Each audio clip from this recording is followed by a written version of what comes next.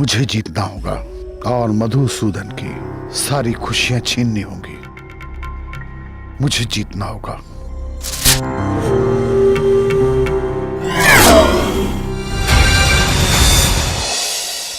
नमस्कार, सावधान India UP fights back में मैं पूजा गौर आप सबका स्वागत करती हूँ।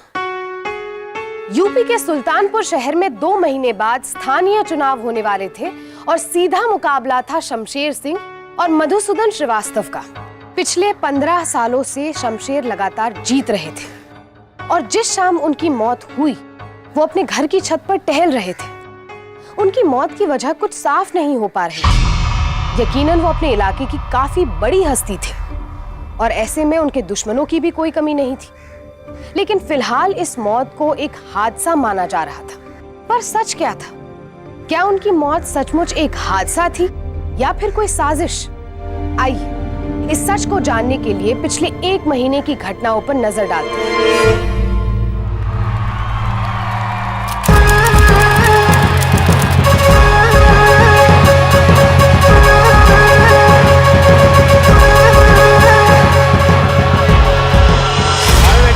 पतंग काटे? लाल वाली काटोगे? लाल वाली? सब लाल वाली हैं? अभी काटते देखो तुम। अरे बेटे काटो! क्या मस्त पतंग काटी आपने भैया। हाँ। धत तेरे की ये शंभू है ना, इससे पतंग में जीतना ही मुश्किल है। ऐसा कैंची डालता है कि सबकी पतंग काट देता है। ये शंभू का गुणगान करना बंद कर। लाओ बे चरखा दो, हम दिखाते हैं कैची कैसे डालते हैं। अबे ओ पतंग काटेंगे तुम्हारी, तैयार हो जाओ, बता रहे हैं। यही लो आ गया मधुसूदन का भतीजा। वे सपने देख रहा है हमसे पेच में जीतेगा ये। बेटा आसमान के राजा हैं हम। तो यही है गलती ना तुम्हारे चाचा भी कर रहे हैं। हमारे भैया जी से जीतेंगे वो इलेक्शन। बेटा पतंग पे ध्यान दो, पतंग पे कटने वाले तुम्हारे। हाँ बे देखे तो कहा।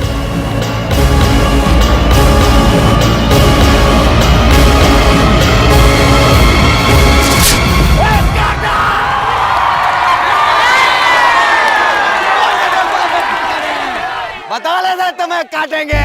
एक बेच में जीत के ना ज्यादा सपने ना सजाओ। मिलना चुनाव मैदान में, मुंह की खाओगे, समझे? अच्छा पकड़ो बे। ऐसा है बेटा, आज तक हम ही जीतते आए हैं और हमेशा हम ही जीतेंगे। बोल देना अपने भैया जी को, समझ गए? कुर्सी कल भी हमारी थी और हमेशा हमारी ही रहेगी। अगर कोई आंख उठी तो वो आंख फूटेगी और अगर कोई पैर बढ़ा, पैर काट देंगे, बता रहे हैं। तोड़ो ना पैर, देखते हैं हम भी तुमको। जाओ, आ गए तुम्हारे बाप। अबे चल बे चल, चुप कर। जी भैया जी। नमस्ते भाभी। क्या चल रहा है? अरे भैया जी कुछ नहीं। अरे एक पेचे में कहा हराई दिए, अपने आप को बहुत ज्यादा तुरम खा समझ रहे हैं। बहुत गर्मी खा रहे हैं भैया जी, नाप सनाप बक रहे हैं। तो भैया आप कहे ना भी टांग तोड़ देंगे इनकी। शंभू, तुम्हारी वफादारी पे मुझे कोई शक नहीं, लेकिन ये राजनीतिक जंग है। हाथ पांव से नहीं लड़ी जाती, दिमाग से लड़ी जाती है। एक बार इलेक्शन जीतने दो, उसके बाद उसके ऊपर और उसके चाचा के ऊपर जितने भ्रष्टाचार के केस है ना, सब खुलवा देंगे। अरे भैया जी तब तक क्या करें, हाथ पे हाथ रख के बैठे रहें और उनको कुछ भी करने दें? कुत्तों का काम है भौंकना और हाथी का काम है चलना। बैठो, इलेक्शन के बारे में कुछ बातें करनी है। जी भैया जी।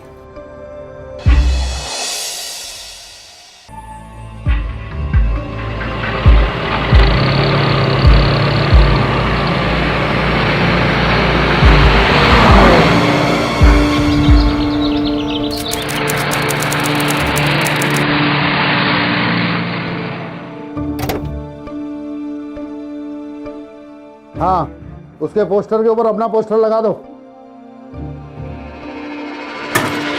पेट से हुई तो क्या हुआ? हमारी खूबसूरती कम हो गई है का, जो आजकल हमसे मिलने नहीं आते? अरे नहीं बाबा, ऐसी कोनो बात नहीं है। अरे बल्कि हम खुद तुमसे मिलना चाहते हैं।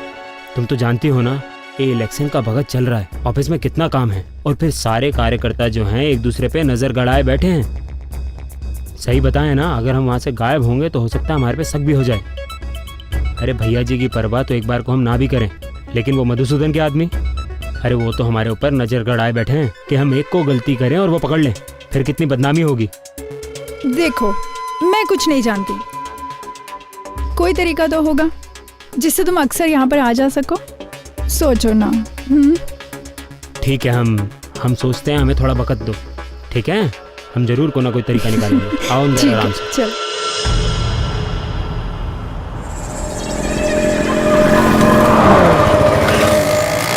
जन के प्रिय आप सभी के कर्मठ और जुझारू नेता माननीय श्री शमशेर सिंह जी को उनके चुनाव चिन्ह पतंग पर वोट लगा के उन्हें भारी मतों से विजयी बनाएं। पतंग उड़े आकाश में, पतंग उड़े आकाश में, पतंग उड़े आकाश में, पतंग उड़े आकाश में।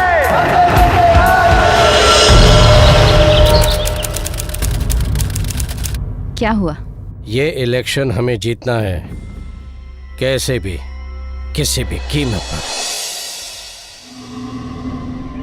बोलो बेटे, क्या हुआ? चाचा जी, वो इंस्पेक्टर पाठक ऑफिस आया था। अरे उस शमशेरवा की प्रचार वाली पार्टी पर जो हमला हुआ है ना, उसी सिलसिले में आपसे कुछ पूछताछ करना चाहता हूँ। ये शमशेर बहुत अच्छी तरह से जानता है कि वो हमला हमने नहीं करवाया, लेकिन फिर भी हम पर इल्जाम लगा रहा है ताकि उसकी पार्टी लोगों पर अपनी पकड़ बना सके। सब समझता हूं मैं, चाल है उसकी। चलो देखते हैं पाठक क्या बोलता है। आओ। चाचा जी, हम भी चलें आपके साथ? हाँ, आ जाओ। अच्छा चाचा जी, प्रणाम। असीम जी चाचा जी। इस बार कोई खून खराबा नहीं होना चाहिए पिछली बार की तरह। जी। हाई कमान की नजर है हम पर, छोटी सी गलती बहुत भारी पड़ सकती है। और अगर उनकी नजर में ना आए तो? मतलब? वक्त आने पर आपको बताएंगे। आओ।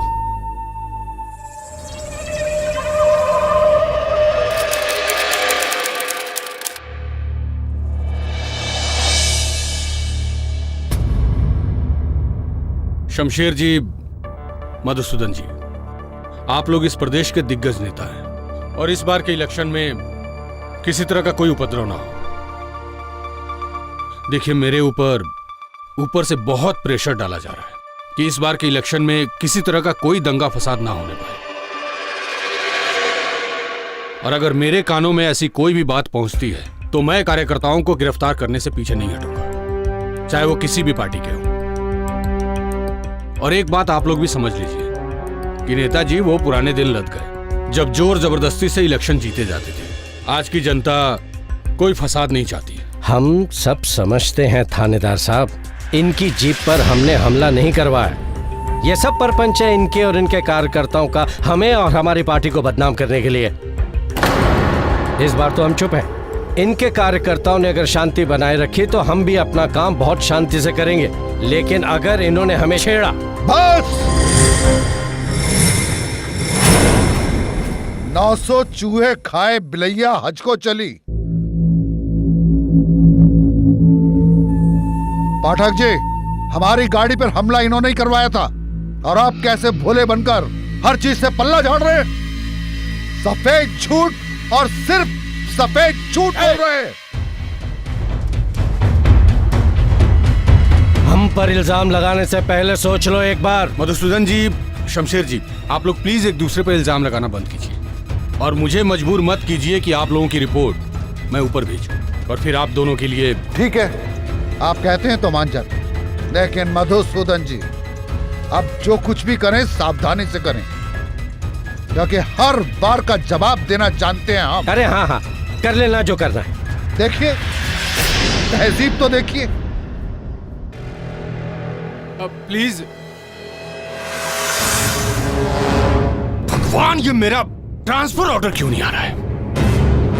हर वक्त ये दोनों सांप और छुछुंदर की तरह एक दूसरे की गर्दन नापने में लगे रहते हैं। मुझे नहीं लगता इलेक्शन से पहले आपका ट्रांसफर हो पाएगा सर।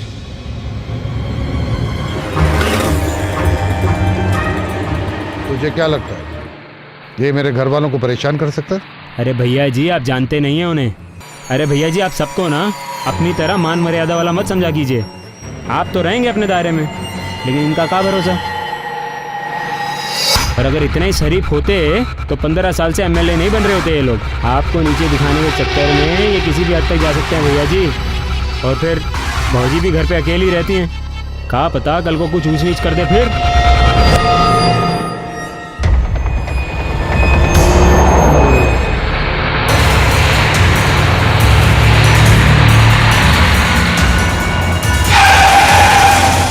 शंभू जी भैया जी। इधर आओ।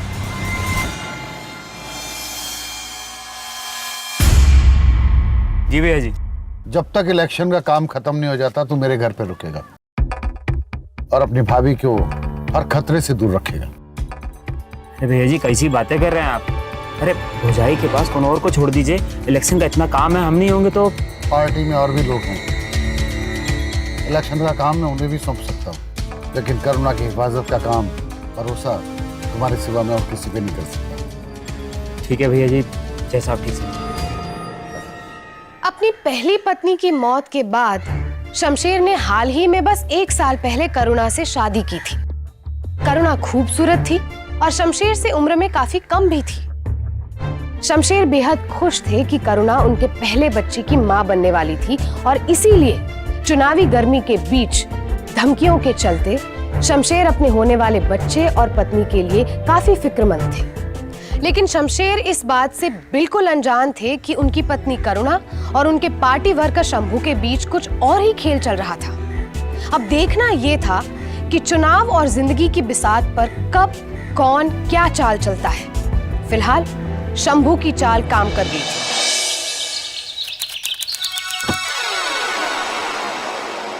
तुम और यहाँ, अगर उनको पता चल गया तो? अरे उनको किनको, तुम्हारे उन्होंने भेजा है मैं यहाँ तुम्हारे लिए।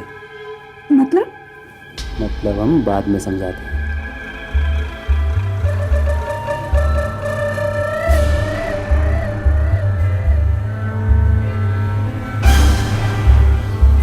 ये हमारा ही है ना?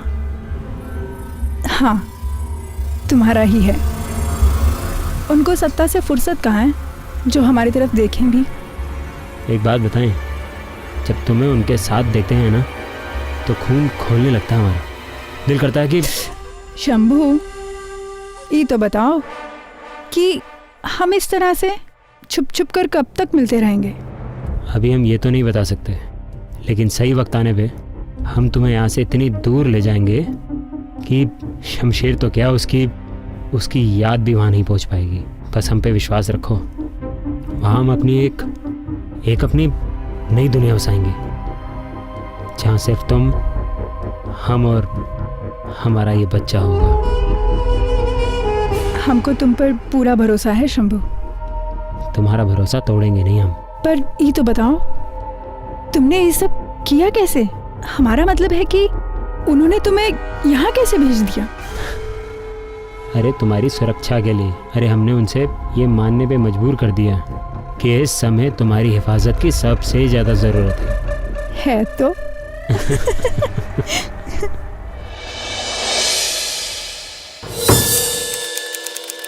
उस शमशेर ने मुझे फंसाया है, उसका बदला चाहिए मुझे। उसे तड़पाना है, रुलाना है, मेरे सामने घुटने टेक कर गिड़गिड़ाते हुए देखना चाहता हूं उसे मैं।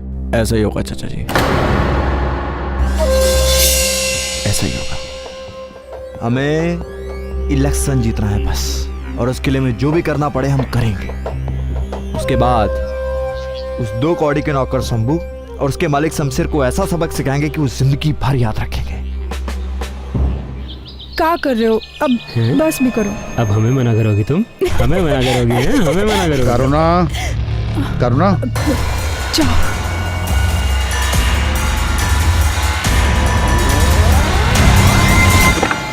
करुणा, ये लो। क्या है इसमें? हाँ, रख लो, इलेक्शन में काम आएंगे।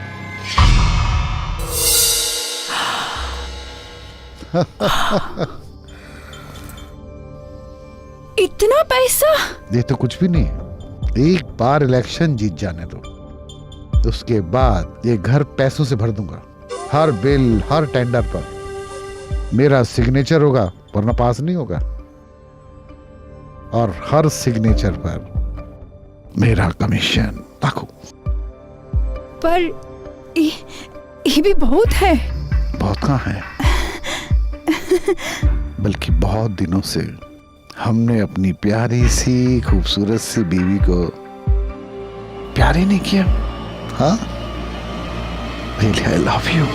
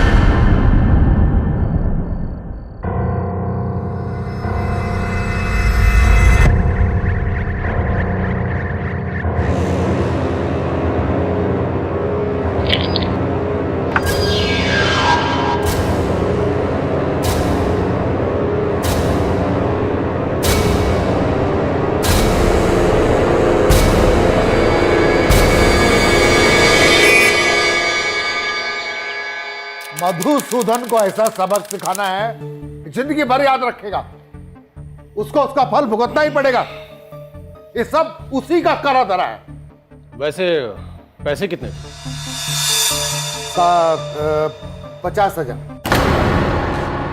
50,000। ठीक है, मैं छानबीन करता हूँ, लेकिन आप तो जानते हैं कि इस तरह कैश पैसों के साथ किसी को पकड़ना बड़ा मुश्किल, और वो भी सिर्फ शक के बिना पर। ओ, हमका आप देखिए, मैं अपनी तरफ से पूरी कार्रवाई करूंगा, चाहे वो जो कोई भी। क्या मतलब ये है इंस्पेक्टर कि हम हाथ पर हाथ धरे बैठे रहें? नहीं, देखिए, मेरे कहने का मतलब है कि किसी के पास अगर इतने कैश पैसे मिलते भी हैं तो हम उससे क्या पूछ सकते हैं, कितने पैसे तुम्हारे पास आए कहां से? सुनो, उस अटैची में कितने पैसे होंगे? 7 लाख रुपए। 7 लाख? लेकिन भैया जी, पुलिस वालों को सच नहीं बता सकते। देखो, हमको तो बहुत डर लग रहा है। वो बहुत गुस्सा में थे, कहीं कुछ कर दिए तो। अरे हम कह रहे हैं ना, तुम चिंता मत करो, हम हैं तुम्हारी हिफाजत के लिए। शंभू, 7 लाख बहुत बड़ी रकम होती है, और अब तो हम तुमसे दूर भी नहीं रह सकते ना, तो हम कहीं भाग चलते हैं, किसी बड़े शहर में जाएंगे। अरे सुनो हमारी बात, 7 लाख रुपए कब खत्म हो जाएंगे पता भी नहीं चलेगा, और वैसे भी हमारा बच्चा भी होने वाला है। तुम थोड़ा धीरज धरो, जरूर कोई ना कोई मौका मिलेगा हमें थोड़ा सोचने दो। हमें कुछ ऐसा करना होगा कि भैया जी हमें ढूंढ ना पाए। अगर गलती से उन्हें पता चल गया हमारा, तो पाताल तक भी जाएंगे हमें खोजने के लिए, और मार डालेंगे। ये तुम अच्छी तरह जानती हो।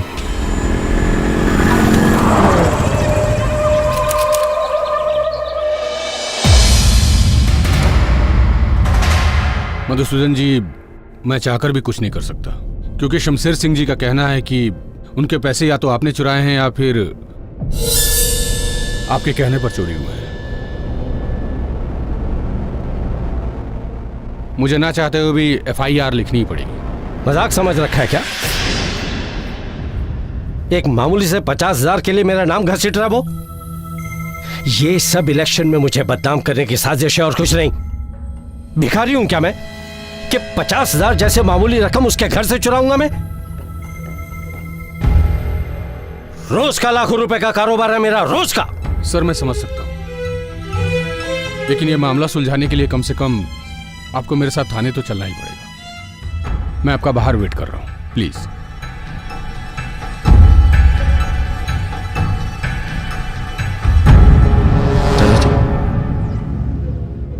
उन लोगों की वजह से आपको पुलिस स्टेशन जाना पड़ रहा है। भरोसा रखिए हम पर, आपके इस अपमान का बदला जरूर लेंगे। आप बस देखते जाइए, मौका मिलते ही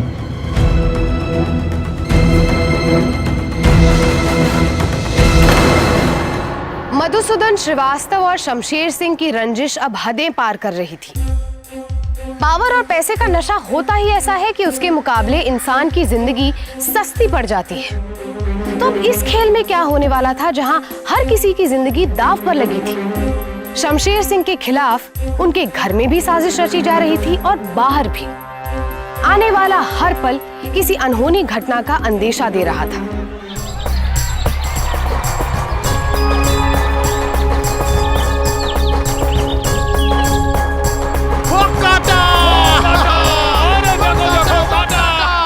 मुझे जीतना होगा और मधुसूदन की सारी खुशियां छीननी होंगी।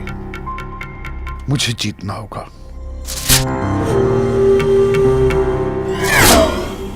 शमशेर सिंह की मौत की वजह थी गले का गहराई से काटा जाना।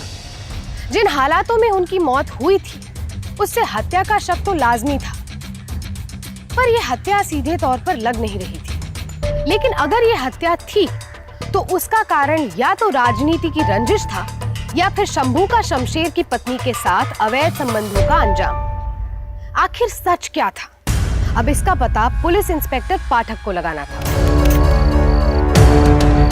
बहुत ही सफाई और पेशेवर तरीके से काटा गया है गले को। आसपास लड़ाई झगड़े या संघर्ष का भी कोई निशान नहीं। त्रिपाठी ये जिस किसी का भी काम है, शमशेर सिंह उसे अच्छे से जानता था। हाँ सर, मुझे भी ऐसा ही लगता है। तो भाई अब तैयार हो जाओ। इस केस को सॉल्व करने के लिए ऊपर से हमें बहुत प्रेशर आ सकता है। नीचे जो कोई भी है उन सबका बयान लो, और जिसने इस लाश को सबसे पहले देखा है उसे मेरे पास भेजो। जी सर। तो तुम छत पर जब आए तो उस वक्त तुम्हारे साहब की लाश पड़ी हुई थी। हाँ साहब। खून खून खून ऊपर खून खून। अरे बुला पुलिस को। ऊपर साहब, मैं वहाँ काम कर रहा था। क्या हुआ? पता नहीं साहब को कौन मार दिया। उस वक्त तुमको कोई और आदमी दिखाई दिया जिसे तुम पहचानते हो या तुम्हारे लिए अनजाना हो? नहीं साहब। तो मैडम आप उस वक्त अपने कमरे में थी। 5 लोगों से पूछने के बाद आपको तसल्ली नहीं हुई, जो मुझसे बार बार एक ही सवाल कर रहे हैं। देखिए, उस समय घर पे और भी कार्यकर्ता थे। देखिए मैडम, इस वक्त मैं ड्यूटी पे हूँ और ये एक कत्ल का मामला है, और मुझे पूरी उम्मीद है कि आप भी दिल से यही चाहती होंगी कि आपके पति का कातिल जल्द से जल्द पकड़ा जाए। वैसे आपके किसी भी नौकर ने उस वक्त छत पर किसी को जाते हुए नहीं देखा, तो क्या कोई उस वक्त बाहर से आया था? नहीं, अगर कोई बाहर से आता तो घंटी बजती, मुझे सुनाई देती, घर में और लोगों को सुनाई पड़ती। नहीं। छत पर जाने का कोई दूसरा रास्ता? नहीं। शमशेर जी की किसी से कोई खास दुश्मनी थी? दुश्मनी? हाँ, जब से प्रचार शुरू हुआ है काले नाग की तरह उन पर फुनकार रहा था। धमकी पे धमकी दिए जा रहा था वो मधुसूदन। अब जाके उससे क्यों नहीं पूछते कि क्यों मारा उसने मेरे पति को? क्यों मारा? अरे इंस्पेक्टर साहब, भाभी जी सही है कह रही हैं। अरे कितनी बार वो भैया जी को मधुसूदन और उसका वो भांजा वो धमकी दे चुके हैं। सफेद झूठ और सिर्फ सफेद झूठ बोल रहे हैं। हम पर इल्जाम लगाने से पहले सोच लो एक बार।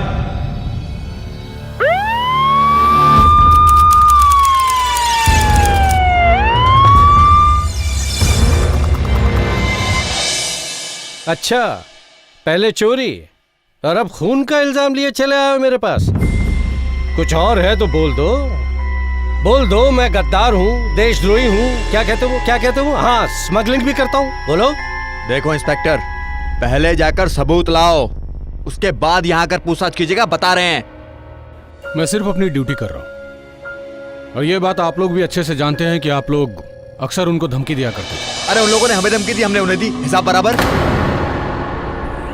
अगर तुम ये कहना चाह रहे हो कि सिर्फ धमकी देने से ही किसी का कत्ल कर देना साबित हो जाता है, तो इस हिसाब से तो आधे से ज्यादा शहर एक दूसरे का कत्ल कर चुका है भाई। जाइए पहले उन्हें पकड़िए। बात कर रहे हैं, कानून झाड़ रहे हैं।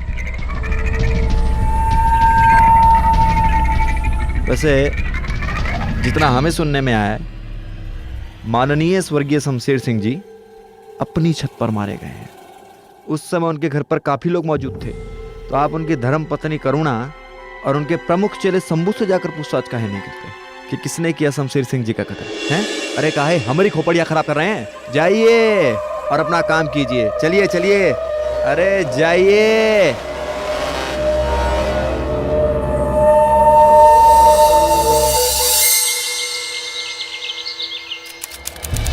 छत पे उस वक्त शमशेर जी के साथ कोई नहीं था और नीचे से भी कोई चल के छत पे नहीं आया, वरना नीचे इतने सारे लोग थे। किसी एक कार्यकर्ता ने जरूर देखा होता हत्यारे को। और छत पर आने का दूसरा कोई रास्ता नहीं है इस ड्रेन पाइप के अलावा। शाम का वक्त था, नीचे काफी सारे लोग आते जाते होंगे। ऐसी हालत में हत्यारा ड्रेन पाइप से चढ़ने का रिस्क क्यों लेगा? अब ये सारा मामला पोस्टमार्टम की रिपोर्ट आने के बाद ही पता चलेगा।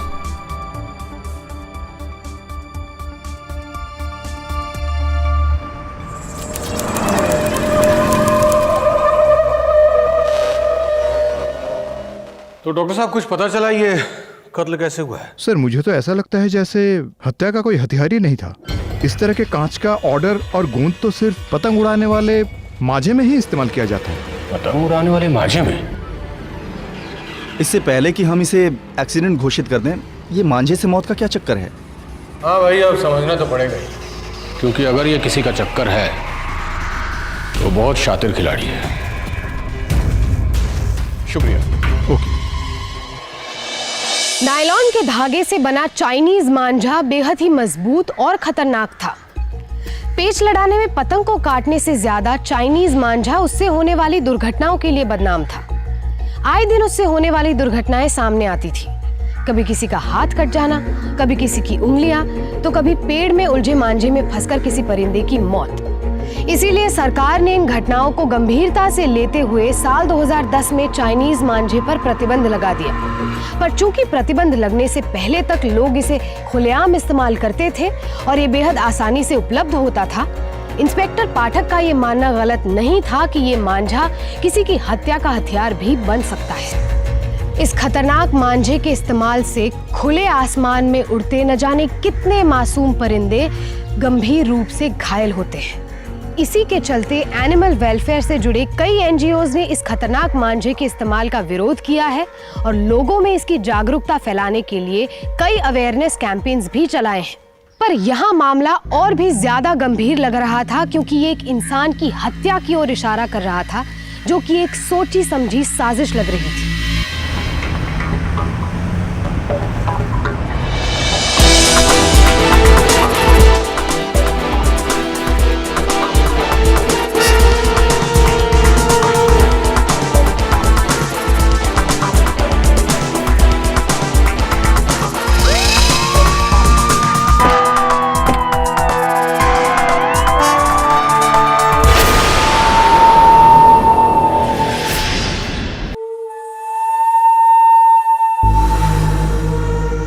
बाप से पैसा लड़ाओगे बेटा?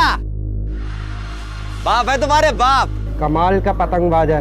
मुझे तो ऐसा लगता है सर, कहीं खून इसी ने तो नहीं किया। मुझे भी यही लगता है, लेकिन मधुसूदन का कहना है कि जिस वक्त शमशेर का खून हुआ था, यासीम उसके साथ था। इसलिए फिलहाल हम इसके खिलाफ कुछ नहीं कर सकते।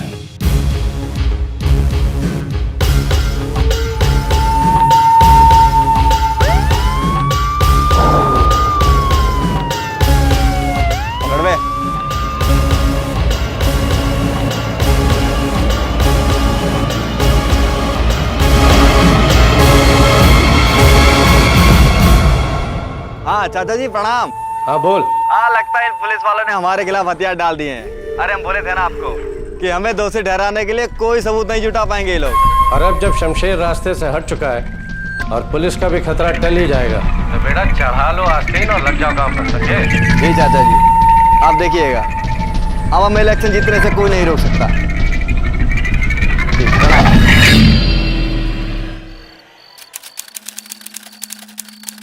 अब हमें किसी से डर के या किसी से छुप के रहने की कोई ज़रूरत नहीं है। जितने भी सपने देखे थे हमने अपने भविष्य के लिए, उन सब सपनों को हकीकत में बदलने का समय आ गया। हाँ, और जो कुछ चाहा था वो सब ऐसे मिल जाएगा, कभी सोचा भी नहीं था। एक मिनट। अरे बाद में ले लेना फोन। अरे पापा देखने तो दो। अरे लेकिन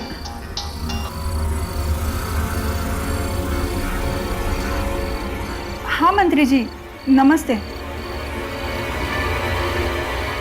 पार्टी हाईकमान का कॉल है।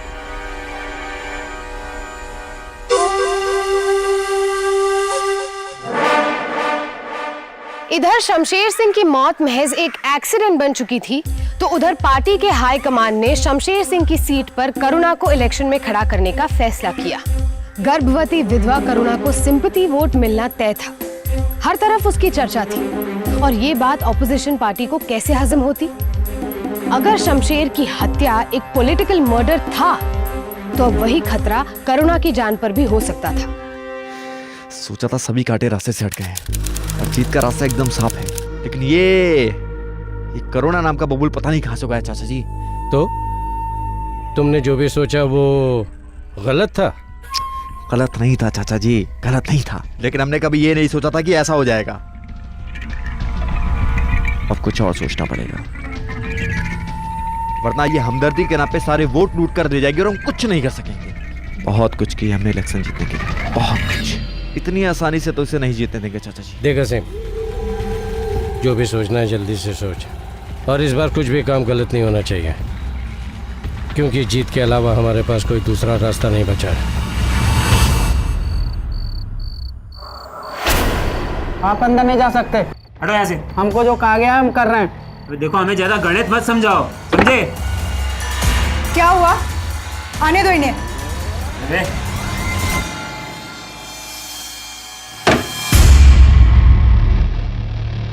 ये बेकार का शोर शराबा क्यों था? अरे तो क्या करते, वो 2 कोड़ी का गार्ड हमें रोक रहा था, कह रहा था कि तुमने मना किया। तो सही कह रहा था वो। का? अरे तुम्हारा दिमाग ठिकाने पे तो है। आवाज नीचे करके बात करो। ये मेरा घर है और मुझे मेरे घर में और मेरी राजनीतिक जिंदगी में किसी तरह का शोर शराबा नहीं चाहिए। अब किसी की जागीर नहीं हूं मैं, जनता की सेवक हूं, इसलिए तुम मुझसे जितना दूर रहो उतना ही अच्छा। करुणा, हमने साथ में जीवन बिताने के सपने सजाए थे और तुम मुझे कह रही हो कि चले जाओ। देखो शंभू, तुम्हारा मेरे साथ दिखाई देना ये मेरी पार्टी के लिए सही नहीं है, इसलिए अच्छा यही होगा कि तुम इस्तीफा दे दो। किसी को हम पर शक भी नहीं होगा और मेरे ख्याल से यही सबके हित में सही है। देखो करुणा, तुम इस तरह मुझे अपने आप से और हमारे बच्चे से दूर मत करो। तुम समझने की कोशिश क्यों नहीं करते शंभू? ठीक है, अगर तुम यही चाहती हो तो यही है सही, लेकिन एक बात याद रखना, तुम्हें कदम कदम पे हमारी ज़रूरत पड़ेगी और बहुत जल्द तुम खुद हमें यहाँ बुलाओगी, याद रखना। चलते हैं।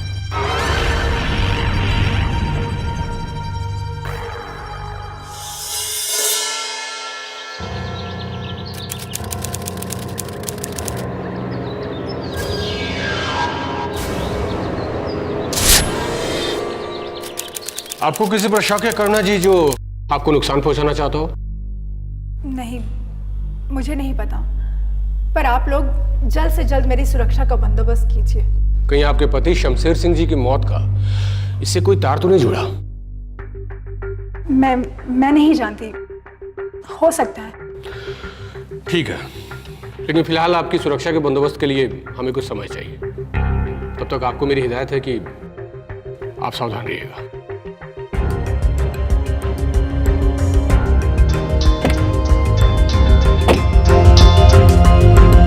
शंभू को हर जगह तलाश लिया मैडम जी, पर उसका कुछ पता नहीं चल रहा।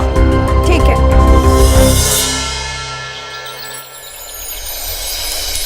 डॉक्टर की दी हुई सारी हिदायतों का अच्छे से ख्याल रख रहे हैं हम।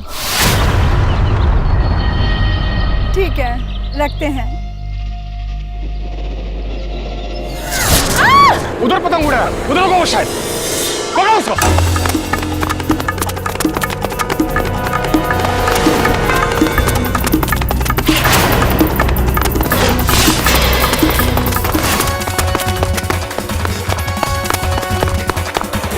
बस बस बस भाई, बहुत हो गई दौड़ धूप, ओलंपिक में थोड़ी जाना है।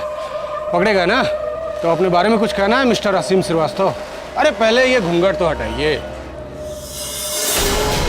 ओहो, आप हैं। चलिए, आपकी शिकार करने वाली कला हम बाद में थाने में देखेंगे।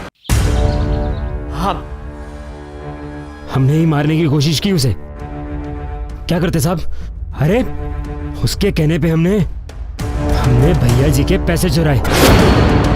यहाँ तक कि उसके कहने पे हमने भैया जी को जान से मारा। अरे और क्या करते हम? अरे प्यार करते थे उससे। और आज जब उसके सारे काम हो गए तो अपनी जिंदगी से हमें ऐसे निकाल के फेंक दिया जैसे दूध में से मक्खी। ऐसा सुलूक वो हमारे साथ कर भी कैसे सकती है? आज हमसे बढ़कर उसके लिए पैसा और सत्ता है। नहीं इंस्पेक्टर साहब, अरे उसके साथ और उसकी कोख में पल रहे अपने बच्चे के साथ जीवन बिताने के सपने देखे इंस्पेक्टर साहब हमने। ऐसा कैसे कर सकती है वो? अरे साहब, हमारी जिंदगी बर्बाद करके वो अपनी जिंदगी आबाद नहीं कर सकती ना। शंभू ऐसा कभी नहीं होने देगा। झूठ बोल रहा है वो, ये सच नहीं है। आप ही बताइए, क्यों मारना चाहोगे मैं मेरे पति को? ये क्यों ऐसे कर रहा है? मेरे बच्चे को अपना बच्चा बताकर वो मुझ पे लांछन लगा रहा है, जबकि मैंने और मेरे पति ने हमेशा इसे एक परिवार के सदस्य का दर्जा दिया है। फिर क्यों झूठ बोल रहा है?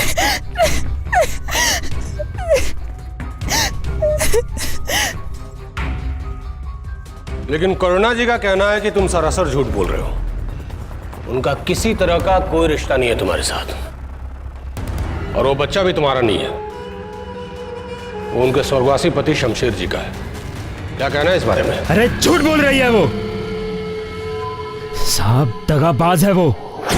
आपको हमारी बात पे भरोसा नहीं है ना, तो ठीक है, एक काम कीजिए, आप डॉक्टर को बुला लीजिए। आजकल तो पता चल जाता है ना कि बच्चे का असली बाप कौन है। आपको उसके झूठ का और हमारे सच का पता चल जाएगा। वो तो हम पता लगा ही लेंगे। रिमांड में लो इसको।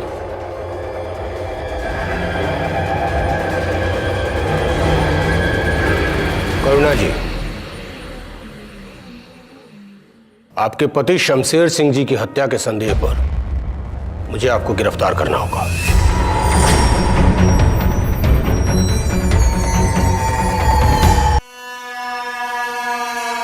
बको।